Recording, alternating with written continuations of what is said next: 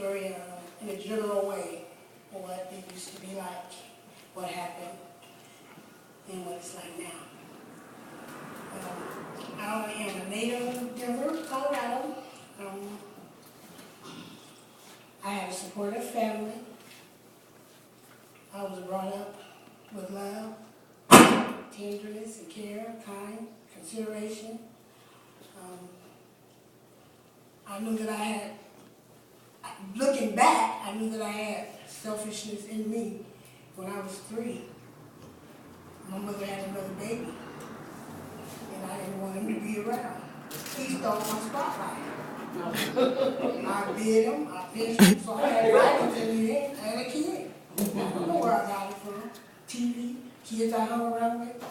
I don't know, but I know I had it at a very young age. And I learned how to manipulate when I was like 4 or 5. My mom wouldn't let me go outside and play. I go ask my dad. My mom wouldn't let me change schools. Like, Dad, would you sign this paper for me so I go to a different school? Mom won't let me. I ain't gonna tell her. You ain't gonna tell her. Keeping secrets. Early age. My family partied a lot of the weekends. I never lived in a home that didn't have a bar. There was a bar in every house I lived in. And my aunties, my mom's sisters, they had bars in their house. But they made it look fun. You know, and I wanted to have fun too. Look fun. I never saw anybody drunk or fight or go to jail. I never saw any of that. It was like fun. Let's do this every weekend. Play cards, domino. And it was loving. It was fun. Me and my brother, and sometimes my cousin, used to have to clean up afterwards. We start pouring all the beers and drinks into one bottle. You know, you drink this one, you drink this one. We take turns. You know, who's gonna sweep, who's gonna throw our trash out the alley or whatever. But in the meantime, we were all sipping on the beer mixed with liquor and all the cups that were left over after the party, which was usually like the next morning. So I don't really remember any effects of it. You know, just having fun with my brothers and my cousins. You know. And when I was maybe around 8 or 9, maybe a little younger, I knew that I didn't like who I was. And I really don't know why, but I always found pleasure in like getting dizzy, you know, or being blindfolded and not, you know, searching my way around. And my dad or stepdad would spin me around by my arms and legs like helicopters. And I'd get up and stumble and fall and bump my head. Before I could even see, I'd be like, do that again! Do it again! Do that again! I'm still wobbling. I like that, you know, because it was like, I was out of my body, I was out of my mind. And I didn't have to look at or deal with reality. So I was drinking early, but when I started drinking, like buying liquor, I was in my teenage years. Me and a few of my friends that I went to high school with found a liquor store that we could cop at that we didn't have to have any ID. We used to get drunk quite a bit. And they all smoked weed, and I didn't like it. I didn't like the smell of it then. Later on, I was supposed to who got that weed? But I drank, you know, like in my high school years, maybe 10th, 11th, and 12th grade, those last 3 years, at least every weekend, if not more. You know, I was in high school and falling asleep on the bus to get to school because I was drinking on my way to school. And I barely graduated from high school. And I did it for my mom. I didn't do that for me. I told her that whatever I'm going to do in life, I don't need that GED or high school diploma. But my mom wanted me to have it so bad, and I loved her, and I was trying to make her proud of me. You know, I did. And when I was first born, I didn't know about it until later. My grandmother said, "Oh, that baby is so pretty. She's one of the prettiest babies I've ever seen. You should call her Precious." I didn't even know my name was Phyllis until I went to school. No one called me that. How would I know? I went to school and I came back and I told my mom, "That lady said my name is Phyllis." Really? like right then I had to be two different people. Two different people. Precious was like the one that always got into trouble. Phyllis was like the good person or had a good heart or whatever, tried to do good things. And that's why when I came back into the rooms, I always introduced myself as my government name on my birth certificate. Anytime before that, I used to make up names. Hey, what's your name, Tina? Brenda? I'll be whatever you want me to be. What you gonna do for me? But I tried to live up to that name to the best of my ability. You know, and it was kind of hard. And the only time I ever remember anybody talking about God, never Jesus, about God, was when my grandmother used to pick me up and take me to church with her. And I'd be all dressed up and pretty. And it would be like on Easter or Christmas, or it wasn't never like every Sunday. I didn't know what church was, what it was for, what it was about. I knew on Easter I got new clothes in a basket. And I get to go to church, and all I did was fall asleep. I didn't even know what they were talking about, period. I liked the choir because they sang, and I liked music ever since I was born. But I never really knew what they meant.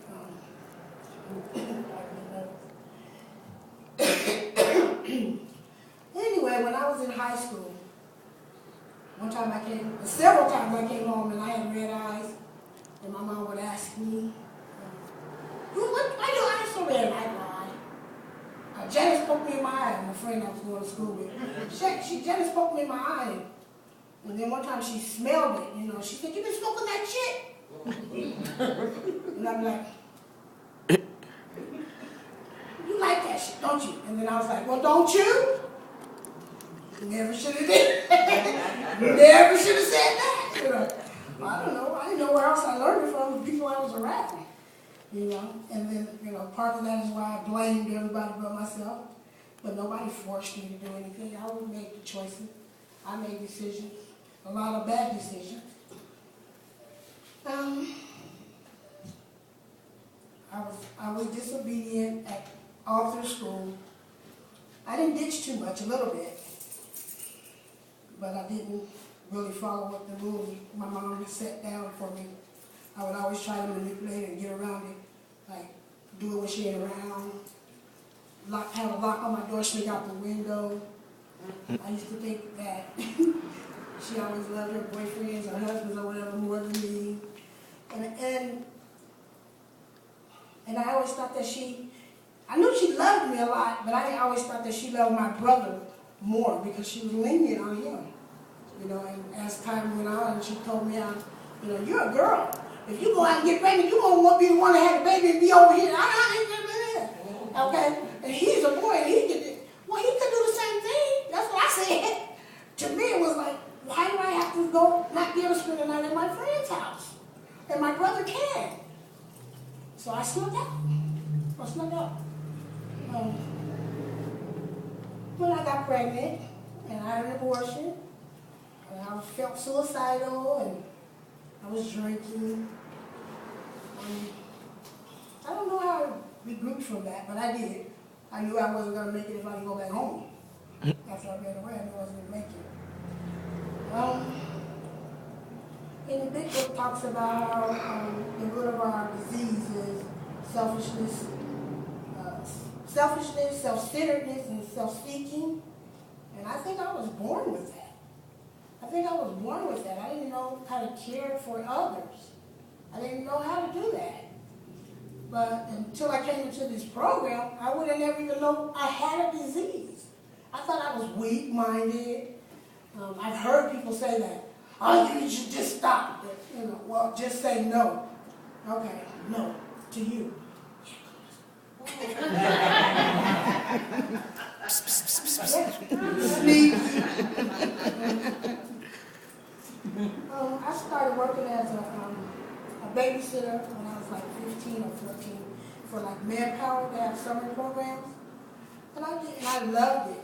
I loved kids, and I still do. Even when I was 10 and 11, I used to watch all my little cousins and comb their hair and change. I loved it.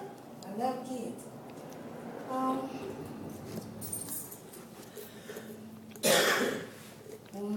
This is a little bit more about high school, I moved to Milwaukee, Wisconsin. I lived there for 4 years. I was 17, and I came back when I was 21. While I was there, I was introduced to like snorting cocaine. I didn't really like it. It was like numb your lips and stuff. And I didn't feel like an effect or anything like I did off of drinking.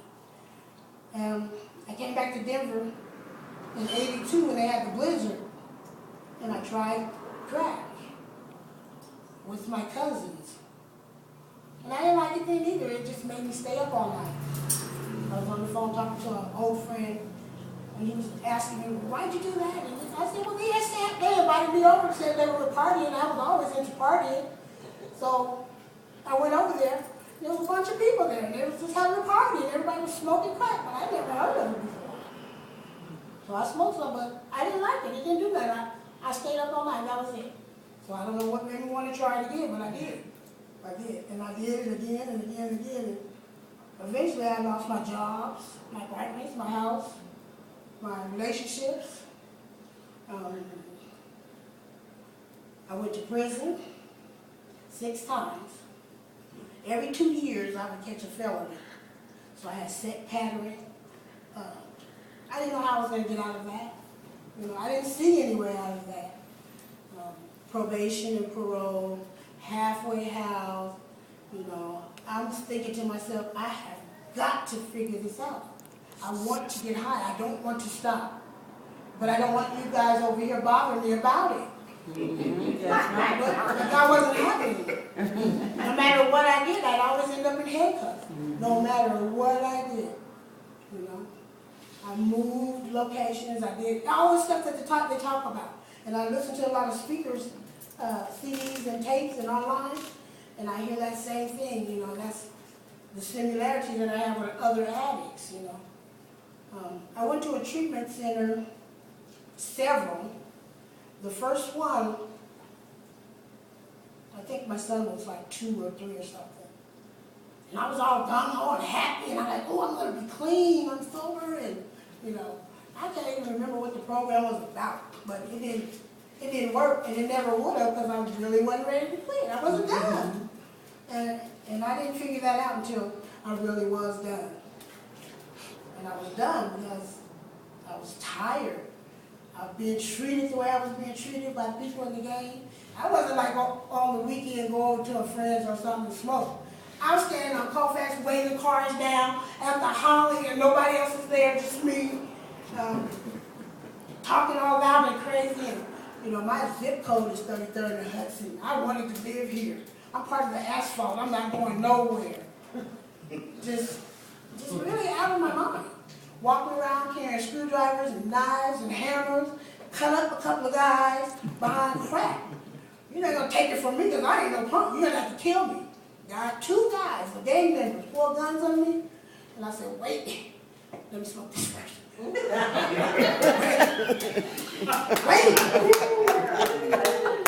And then when I go to smoke it, I don't give a fuck what you do. It don't matter now. And I was so serious. And, you know, I thought I was going to kill somebody. I really did. Because it was getting to that point. You know, after I've been smoking it for 20-something years. Just every single day, the same thing. Get up, go steal. Get up, go hustle. Get up, go. I was waiting for panhandle, whatever I gotta do. You know. So I was willing to go to any length to get high. And when I came into this room, that's what they asked me. Well, are you willing to go to any length? I used to walk in the rain, snow, from Holly to Downey, wherever it was at. Whoever had the biggest or the best. So, after I got tired of the way that the people treated me, you know, and you're a crackhead, nigga, if I wasn't smoking crack, what would you be doing? You wouldn't be selling no dope. Baby trying to show somebody snow or something. I thought I was an asset, hell.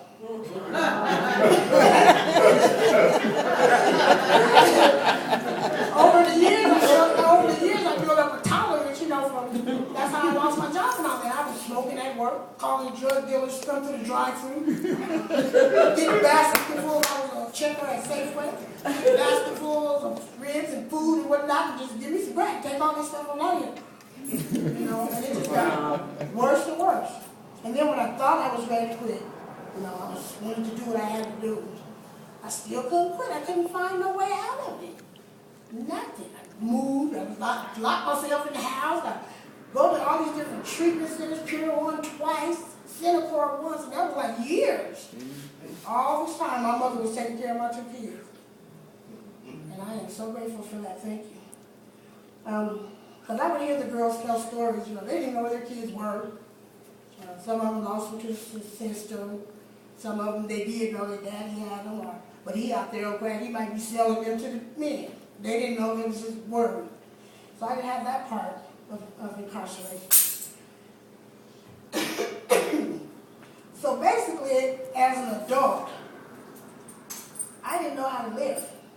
Because everything that I tried to do didn't work. I came into the rooms, first by order of the court, and then this last time of my own free will. Because I seen it working for people. That's how you do it.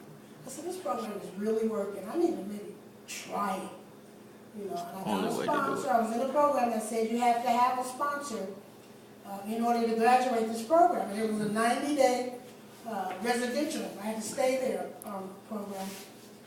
And I had to be able to have a sponsor and go to 90 meetings in 90 days before I could graduate. So I did those 2 things, and I was going to promises. But in those other times when I was going for the parole and probation, having to get the slip signs, I was coming here. I hadn't heard of this place. Finally, I heard of it. I don't know if it was a meeting list or something. Somehow I heard of this place. And I didn't think that black women were in recovery, because I never saw any. Any meeting I ever went to for a year. I went to meetings for a year over here, then I get locked up for a year, and I come back out, and I never saw any women in recovery that black. I saw Kathy at Promises, and I studied her and looked at her right. I want to see her. I want to know what she's doing, how she's, you know, but she's happy, but she's like me. I got to come back to these meetings, and I know I'm an addict of the hopeless variety. And I'm like, me too. And I found out down there on Promises, like the first few meetings, I was really serious. You know, hearing all those guys, the old timers and stuff, Lionel and Max and Gus Scott, and all those guys, they were talking, and they kept on saying, I didn't know how to stop. I couldn't quit. I hate that feeling. You know, I don't want to look like that, smell like that, you know, chase or fiend, have a crack attack like that ever again. I don't want to wake up or not go to sleep and have to be fiending for a crackhead at 3 or 4 in the morning. Or have some money and can't find nobody with it. All that crap. I don't want to feel like that no more. And I heard people saying over and over, meetings, they go to meetings, 90 meetings in 90 days, get a big book, get a sponsor, work the steps. And I kept reading the steps, and I was like, how is that going to work for me? None of that got nothing to do with my dope. I just wanted to come in here and learn how to stop smoking crack. Okay. I still wanted to drink beer, smoke weed. You know, my first sponsor, I was very afraid to ask her. Because I have, you know, my pride, my ego is like, shh. I have to admit I'm defeated if I go ask for help. And I asked this lady to be my sponsor, and she said, well, I'll be your temporary sponsor. I said, well, what's that? And she said, I'll just sponsor you temporarily until you find a sponsor. And I said, okay. We started going to the big book, meeting every week, doing the work, you know, 1, 2, 3. It took a long time, you know, for me to get one. I admitted that I was an addict. I didn't want to admit I was powerless. I didn't want to admit I can't manage my life without I've been in prison 6 times, in jail 100 times. They manage my life. They feed me and clothe me and everything. No, I'm strong. I can do this. You know. Not until I let go, absolutely. You know, surrender. And I don't just surrender one time. I surrender on a daily basis, or maybe a 2-hourly basis. Oh, hold up. I'm trying to take my will, And it feels real funny when I do. Something's going to go wrong. So I have to rely on God. But I tried to do those first 3 steps. I was working on them. 1, 2, then 3. And then when we got to 4, she was telling me, oh, write a list. You start out like, who do you not like, or who are you angry at? Do you have any resentments? And I was like, I don't really know what that is. And then when she started telling me, I was like, oh, I can't do that. I can't do that. I just can't do that. I want to do that. And so I didn't do that. And then I didn't have a sponsor for a long time. But I still went to meetings, prayed, still listened to what everybody was saying, listen. And, I came up to this realization that I have to do this 4th step. And I heard somebody else say, why are you tripping on something you already did? You ain't doing that no more. Everybody has a war story. Can you get a recovery story? I'm like, wow, I want one. I want a recovery story. So I came in, like I had to be here at least 2 years before I decided to take over 2 years before I decided to take a service position. I thought that was too low for me. I don't need to do that. Why do I need to do that? I've been clean for 2 years. I never did it before. Well, I did. I said, well, let me just try to see what, because I kept reading about it. Being of service to God, being of service to others, and it made a difference. It gave me something to do. I had to be here early and set up. Make coffee for everyone, put the flyers out with, tell the announcements. It wasn't much, it just felt like it was. And it felt like, wow, I'm really able to help others. I'm able to help, and that's all I do now. I'm like an over-rescuer. Trying to save the whole world. All you got to do is go to meetings, read the book, all you got to do is. But this program, everybody needs it, but not everybody wants it. And the requirement for CA membership is the desire to stop using drugs. Crack, cocaine, weed, marijuana, all mind-altering substances. So I am a CA member. Going through the work, the second sponsor, because I only went 1, 2, 3, and I couldn't do 4. I can't do that. I don't want to do it. I'm not going to do it. So my new sponsor that I have now, sort of militant, but I like it. I need that. I went to, if I was looking for some dope and I called the first 3 people that I knew and couldn't get none, I called somebody that had somebody else's number. You got John's number? Hey, you know where Phil is? Till I found something. And I started doing the same thing in recovery. Calling people, because I was like, you have to call 6 or 7 women a day or a week or whatever. And whatever she said to do, just do it. Because I've heard people come back in, when they go out, I stopped going to meetings.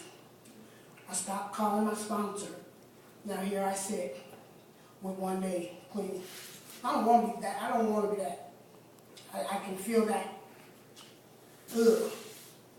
She said, my first sponsor said, you can get rid of the alcohol and the drugs, but what you gonna do with the ick? I'm an alcoholic and ick. I take the drugs away, and the weed, and the pills, and all that. When I take all that away, I'm still the ick. Me. Selfish, self-centered, self-seeking, dishonest, and it just comes up constantly because it's human nature. I mean, me. It's just there. I just have to find another way to keep me from picking up the first one, because the body has obsession is in the body. No, and the physical part is in the body. If I take 1 hit or 1 drink or 1 beer, I know I won't stop until I'm dead or dead. I won't stop, And it's the allergy. I can't stop. My body won't let me. My mind just, and my thinker is broken. My first sponsor told me that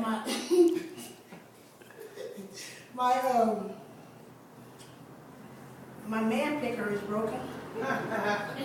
Well.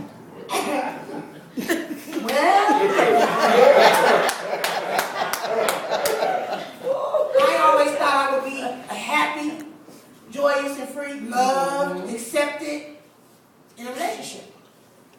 my self-esteem, my self-worth, and value came from that, outside of myself. And when that didn't work, I just returned back into the, to the drugs again. This works for me. Makes me feel like I'm a piece of shit that I really am. That's what I need. And then now, I deserve that. I don't deserve that. I deserve better. I'm not in self-destruction mode anymore. Thank you. And I don't want to hang around people that are going to be that way. And it takes time for that. In the beginning, I was trying to drag everybody off the corner. Come on. Yeah. And they see me, they see me. And I write a lot of people in the inmates, and they know, that I'm still doing the same thing. What are you doing?